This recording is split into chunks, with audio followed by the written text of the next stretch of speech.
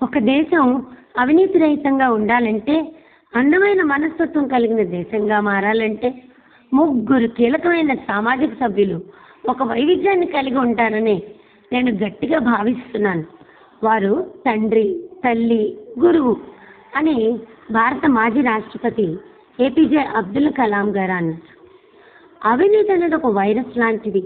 ఇది ప్రపంచవ్యాప్తంగా ఉన్న ఒక పెద్ద సమస్య. అవినీతి రహిత సమాజం కోసం అంతర్జాతీయ అవినీతి వ్యతిరేక దినోత్సవంను 2003 అక్టోబర్ 31న ఐక్యరాజ్య సమితి నిర్వహించిన అవినీతి వ్యతిరేక సదస్సు నిర్ణయించింది. కన్వెన్షన్ డిసెంబర్ 2005లో అమల్లోకి వచ్చింది. అవినీతి అనేది అన్ని దేశాలను ప్రభావితం చేసే సంక్లిష్టమైన సామాజిక, రాజకీయ, ఆర్థిక దృగ్విషయం. అవినీతి ప్రజాస్వామ్య సంస్థలను బలహీనపరుస్తుంది, ఆర్థికాభివృద్ధిని మందగించేలా చేస్తుంది, ప్రభుత్వ అస్థిరతకు దోహదం చేస్తుంది.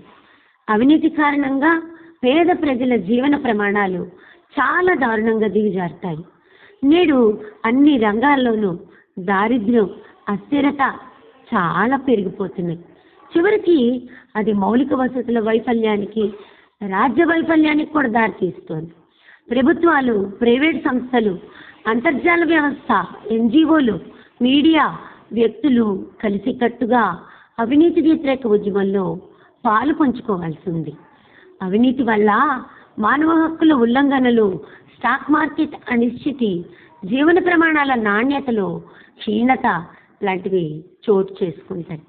వ్యవస్థీకృత నేరాలు పెరిగిపోతాయి. అవినీతికి అడ్డు రాకుంటేనే న్యాయమైన ప్రపంచాన్ని, సుస్థిర గ్రహాన్ని నిర్మించడం సాధ్యమవుతుంది. ఐక్యంగా అవినీతిని మనం ఎదుర్కోగలం.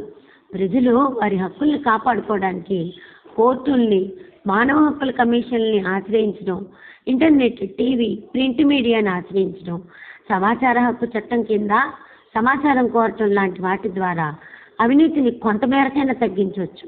యాంటీ కరప్షన్ సంస్థలు ఏర్పాటు చేయడం, రాజకీయ పక్షాలకు నిధులు అందించడంలో, పాలనా వ్యవహారాల్లో పారదర్శకత పెంచడం, ప్రతిభ, సామర్థ్యం లాంటి అంశాల కారణంగా నియామకాలు, ప్రమోషన్లు చేపట్టడం లాంటి చర్యలు తీసుకోవాలని ఈ రంగంలో నిపుణులు ఇవాళ దీనికోసం సూచిస్తున్నారు.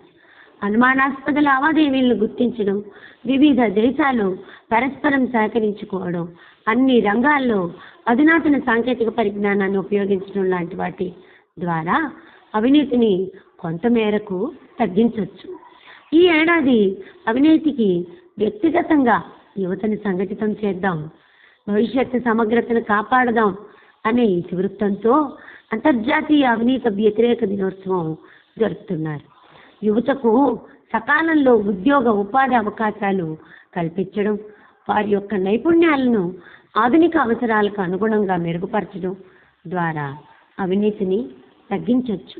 యూరోప్ ఇంకా అమెరికా ఖండాల్లోని కొన్ని దేశాల్లో అవినీతి అతి తక్కువ స్థాయిలో ఉండగా, ఆఫ్రికా, ఆసియాలోని మరికొన్ని దేశాల్లో అవినీతి తారాస్థాయిలో ఉంది. ఎన్నికల వ్యయం తగ్గితే చాలా వరకు అవినీతి తగ్గుతుంది. అటువంటి అవినీతి రహిత సమాజం కోసం మనమంతా ఎదురు చూద్దాం.